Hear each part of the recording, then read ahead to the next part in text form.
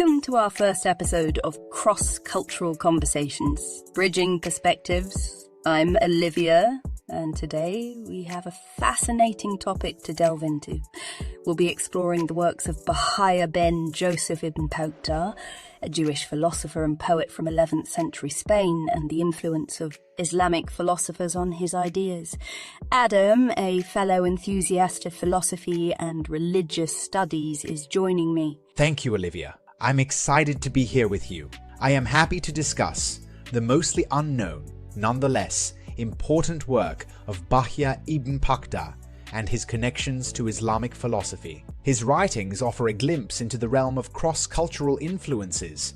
I have to mention that we in the West often ignore the influence of Andalusian Jewish thinkers who popularized ascetic lifestyles inspired by the Sufi concepts of their Muslim contemporaries. It's incredible to see the mutual influence and exchange of ideas between these two religious and philosophical traditions. Bahya was a Jewish moral philosopher and poet who lived in Saragossa in Spain during the second half of the 11th century.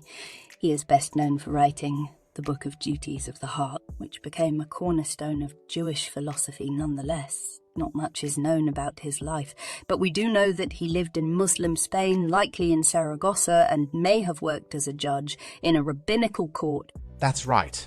Not many people know that his main work, the Book of Duties of the Heart, was written in Arabic around 1080 and later translated into Hebrew by Yehuda ibn Tibbon in 1161. This Hebrew translation quickly gained popularity and significantly influenced Jewish literature.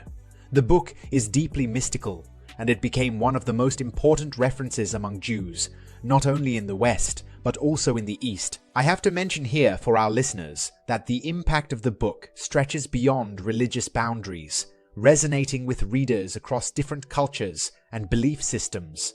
It's remarkable how Bahya's work traversed cultural and linguistic boundaries. The book was translated into several languages, and his ideas resonated with readers, and his work achieved great renown. But what's particularly interesting is the influence of Islamic philosophy on his thinking. Yes, Olivia.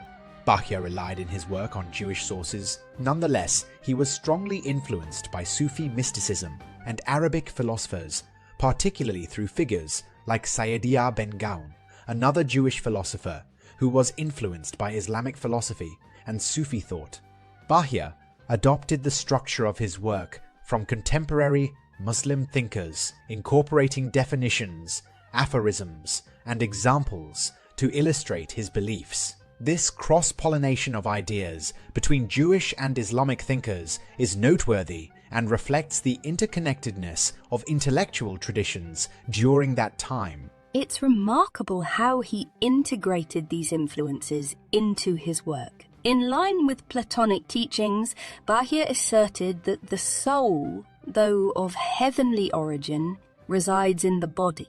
In his writings, he emphasized the assistance the human soul receives from the intellect, preventing it from forgetting its origin and purpose. To illustrate this point, he drew upon Mu'tazila theology, which categorized the duties of the body as rational and traditional commandments, while the duties of the heart were rooted solely in the intellect. It's fascinating to see how Bahya's teachings on piety and spirituality were inspired by Sufism and mysticism. In his work, Duties of the Heart, he emphasized 10 precepts, such as absolute obedience, reliance on God, renunciation of the world, repentance, humility, and contemplation of God's creations. These precepts align closely with the spiritual states emphasized by Sufis. Here, we can see the exchange between Jewish and Islamic thought. Indeed, Adam, the influence of the renowned Sufi theologian al-Ghazali is particularly noteworthy. His teachings resonated deeply with Jewish authors and thinkers, including Bahya. Al-Ghazali's knowledge had a profound impact on their thinking and spiritual experiences, becoming a fundamental reference for their work. I have to mention here that Jewish, Christian, and Islamic thought relied on various sources, including the ancient Greeks and philosophical traditions from the East, including India. Absolutely, Olivia. It's remarkable to see the mutual influence and exchange of ideas between the different philosophical traditions. Well said, Adam. Our exploration today has shed light on the remarkable life and works of Bahya ibn Paquda, a Jewish philosopher whose ideas continue to resonate with readers across the globe. Thank you for joining me in this engaging discussion, Adam. Thank you, Olivia. It was a pleasure exploring this topic with you. And thanks to our listeners for tuning in. We hope you found this episode enlightening and inspiring. And if you have any comments, please write them in the comments section under the video and join us next time as we continue our journey through the fascinating world of ideas.